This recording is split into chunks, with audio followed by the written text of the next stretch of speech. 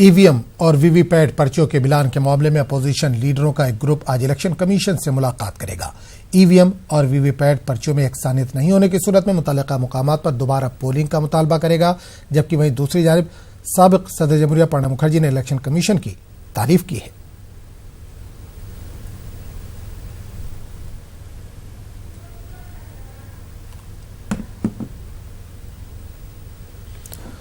और exit poll पर साबिक member of parliament Ali Anwar का कहना है कि एग्जिट पोल पर यकीन नहीं किया जा सकता, जबकि ईवीएम की भी कारकर्दगी इलेक्शन के दरमियान बेहतर नहीं रही है।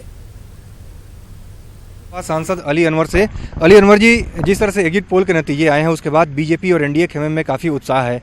आज दिल्ली में सारे काउंसिल ऑफ मिनिस्टर्स की मीटिंग हो रही है, उसके बाद होटल अशोका में डिनर भी रखा गया है। बिहार के मुख्यमंत्री नीतीश कुमार भी आ रहे हैं, सब लोग शामिल हो रहे हैं उसमें। देखिए, कयास लगाने का तो दौर है 23 तक, लेकिन जो एग्जिट पोल का आया है वो एक का नहीं है, सब करीब करीब एग्जिट पोल आया है जो एनडीए की सरकार बना रहा है और भारी बहुमत से बना रहा है। तो इस पर भरोसा नहीं हो रहा है। हम लोगों ने देखा है फील्ड में माहौल को, और जिस तरह के सवालों से हमारा समाज जूझ रहा है और 5 साल में जो कुछ हुआ है परफॉर्मेंस के तौर पर, तो उसमें कोई खास दिखा नहीं, तो इसलिए अविश्वसनीय लग रहा है। जीत की जो संभावना दिख रही है एग्जिट पोल में, उसको लेकर के 23 मई को चुनाव परिणाम आने हैं, उसके पहले ही एनडीए खेमे में उत्साह है। पहले ही डिनर का आयोजन हो रहा है, मीटिंग का दौर शुरू हो गया है।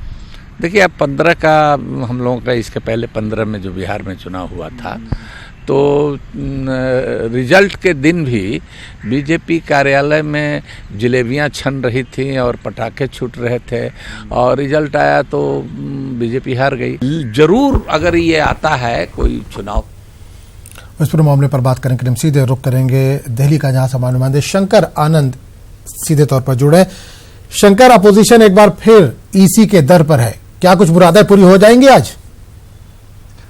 देखिए, सबसे पहले आज 1:30 बजे के वक्त में कॉन्स्टिट्यूशन क्लब में वो तमाम 21 पार्टियों के जो नेता हैं वो बाकायदा एकजुट होंगे, और यहाँ पर चंद्रबाबू नायडू के नेतृत्व में बाकायदा एकजुट होने के बाद वो उसके बाद केंद्रीय चुनाव आयोग की ओर रुख अख्तियार करेंगे। वहां पहुंचने के बाद फिर उस मामले पे आगे की, इस मामले में जो शिकायत है, जो तमाम इस मुद्दे पे जो बातचीत है बाकायदा वो वहां पे की जाएगी। लेकिन यहाँ पर एक बात समझने की बात है कि यहाँ पर जब चुनाव हो चुके हैं, चुनाव के बाद अब रिजल्ट आने की जो तैयारी है, उस वक्त में आपको ईवीएम का फिर मसला निकल के आता है। तो कहीं न कहीं जो हमारे इलेक्शन कमीशन के अधिकारी कह रहे थे कि बाकायदा इस मामले पर अब जब रिजल्ट आना है तब आपको ईवीएम का मसला नजर आ रहा है। जब इसके पहले जब मामला कोर्ट पहुंचा, उस वक्त में भी आपको वहां कोर्ट ने जब इस मामले को नकार दिया, इस मामले को खारिज कर दिया, उससे पहले तमाम जो विपक्षी पार्टियों को बाकायदा इलेक्शन कमीशन के द्वारा एक चुनौती दी गई थी, एक मौका दिया गया था कि अगर आपको ऐसा लगता है कि इसको हैक किया जा सकता है, तो आप तमाम वो अपने टेक्निकल जो स्टाफ को लेकर यहाँ पहुंचे और आप एक भी ईवीएम को हैक करके दिखाइए। तो ये तमाम उन विपक्षी पार्टियों को भी बाकायदा मौका दिया गया था। लेकिन यहाँ पर आम आदमी पार्टी के अलावा और कोई दूसरी पार्टी इस मामले को जो चैलेंज है उसको एक्सेप्ट नहीं कर पाए। तो यहाँ मसला है कि जिस वक्त में मौका दिया गया उस वक्त में आपने प्रमाणित नहीं कर पाया। जब अब रिजल्ट आने वाला है, रिजल्ट में साफ तौर पे एक रुझान जो है, जिस तरह से रुझान अब साफ तौर पे देखने को मिल रहे हैं, तो उसको देखकर आप आज इलेक्शन कमीशन जा रहे हैं। तो इस मामले में निश्चित तौर पे इलेक्शन कमीशन बहुत ज्यादा तवज्जो नहीं देने वाली है। लेकिन ये विपक्षी पार्टियां जो है जितने भी हैं, एक तरह से अपने आप को दिखाना चाहती हैं कि हम लोग ईवीएम के मसले पे नाखुश हैं और अपने मसले को लेकर हम इलेक्शन कमीशन गए, लेकिन वहां पे कुछ हो नहीं रहा है। बिल्कुल तो शंकर, एक चीज और जानना चाहेंगे कि प्रणब मुखर्जी का जो बयान आया है, आज सुबह उन्होंने जो बयान दिया है, उसको किस तनाजुर में देखा जा रहा है? क्योंकि आज ये लोग ईसी से मुलाकात करने वाले हैं, लगातार ये ईसी की शिकायत करते आ रहे हैं अपोजिशन जो जमाते हैं। प्रणब मुखर्जी ने उसका उलट बयान दिया है आज। देखिए, ये भारत का जो लोकतंत्र है इसकी यही खूबसूरती है। यहाँ पे चाहे प्रणब मुखर्जी के बयान को लें या तमाम विपक्षी पार्टियों के नेताओं का अगर बयान को लें, तो यहाँ पर भारतीय लोकतंत्र की यही खूबसूरती है कि यहाँ पर सभी विपक्षी पार्टियां एक संस्था के सामने एक समान है, और यहाँ पर आप अपनी बात रखने का आपको अधिकार दिया जाता है कि आप अपनी बात को स्वेच्छा से रख सकते हैं। तो यहाँ पर प्रणब मुखर्जी का ही बयान को ले तो उस तरह से बकायदा जिस तरह से बयान को देखा जा रहा है, या तमाम ये विपक्षी पार्टियों के नेताओं की अगर बात करें, उनको भी हक है अपनी बात को रखने का। तो आज केंद्रीय चुनाव आयोग में जब जिस तरह से बाकायदा आज 21 विपक्षी पार्टियों के नेता अपनी बात को रखेंगे, अपनी शिकायतों को रखेंगे, तो निश्चित तौर पर इस मामले पर केंद्रीय चुनाव आयोग को भी समझना होगा और बाकायदा इन नेताओं को अपने एक ठोस जवाब से बाकायदा उनको भी एक प्रभावित करना होगा कि आपका जो सवाल है उस सवाल का ये जवाब है और इस मामले पर ये हो सकता है, ये नहीं हो सकता है।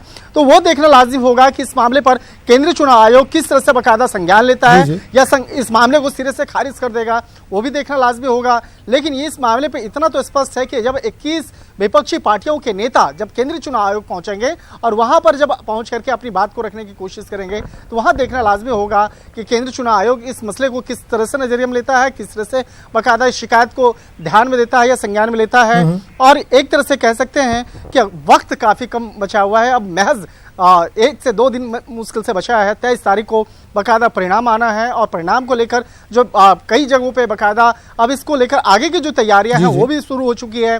तो यहाँ पर ईवीएम के मसले को लिया जाए, हालांकि अब देखिए कुछ एग्जाम्पल को लिया जाए कि कल जिस तरह से उत्तर प्रदेश में बाकायदा गाजीपुर के में देखा गया, वहां पर जिस तरह से कल देर रात तक हंगामा चलता रहा और कहा गया कि ईवीएम को चेंज किया जा रहा है, देर रात तक ईवीएम को लाया जा रहा है। तो उन शिकायतों के मसले पे भी बाकायदा आज चुनाव आयोग के जो हमारे सोच थे बाकायदा वो कह रहे थे कि वो गलत मसला था, उसमें गलत तरीके से उस मसले को इस ढंग से उठाया गया। और इस मामले पर हालांकि जो ईवीएम की तरफ से भी एक प्रेस रिलीज जारी किया गया, औपचारिक तौर पर इस बात की घोषणा की गई कि कहीं से भी इस तरह के गलत तरह की हरकत नहीं हुई है, ना ही ईवीएम को चेंज करने की कोशिश की गई और ना ही ईवीएम में किसी तरह से बदलाव की कोशिश की गई। और ये आरोप सरासर बेबुनियाद हैं। और जिस तरह से गाजीपुर की अगर बात करें, गाजीपुर के मसले पे कल देर रात तक हंगामा हुआ। गाजीपुर से वहां पे केंद्रीय मंत्री मनोज सिन्हा वहां के सांसद रहे हैं और उनके खिलाफ जो अफजाल हैं बाकायदा जिस तरह से बाकायदा वो इस मामले को लेकर आगे बढ़ रहे थे और इस मामले पर कई तरह के आरोप लगा रहे थे। तो एक तरह से कहा जा सकता है कि उन तमाम मसलों पर आज काफी महत्वपूर्ण बैठक होने वाली है केंद्रीय चुनाव आयोग में और इस मसले को कैसे लेती है, किस तरह से इस मसले पर संज्ञान लेती है, वो देखना बेहद लाजमी होगा। चलिए शंकर आनंद, बहुत बहुत शुक्रिया। जाहिर सी बात है एग्जिट पोल आने से पहले अपोजिशन भी सरकार बनाने के दावे कर रही थी, मीटिंगों का सिलसिला उनका जारी था, फेडरल फ्रंट भी अपनी कोशिशों में लगा हुआ था। लेकिन अब जब एग्जिट पोल आ गया, उसके जो नतीजे एग्जिट पोल के जरिए जो आए हैं उसको लेकर अपोजिशन में हंगामा बरपा और एक बार फिर वो ईसी के दर पर है। तो इस बुलेटिन में फिलहाल इतना ही। आदाब।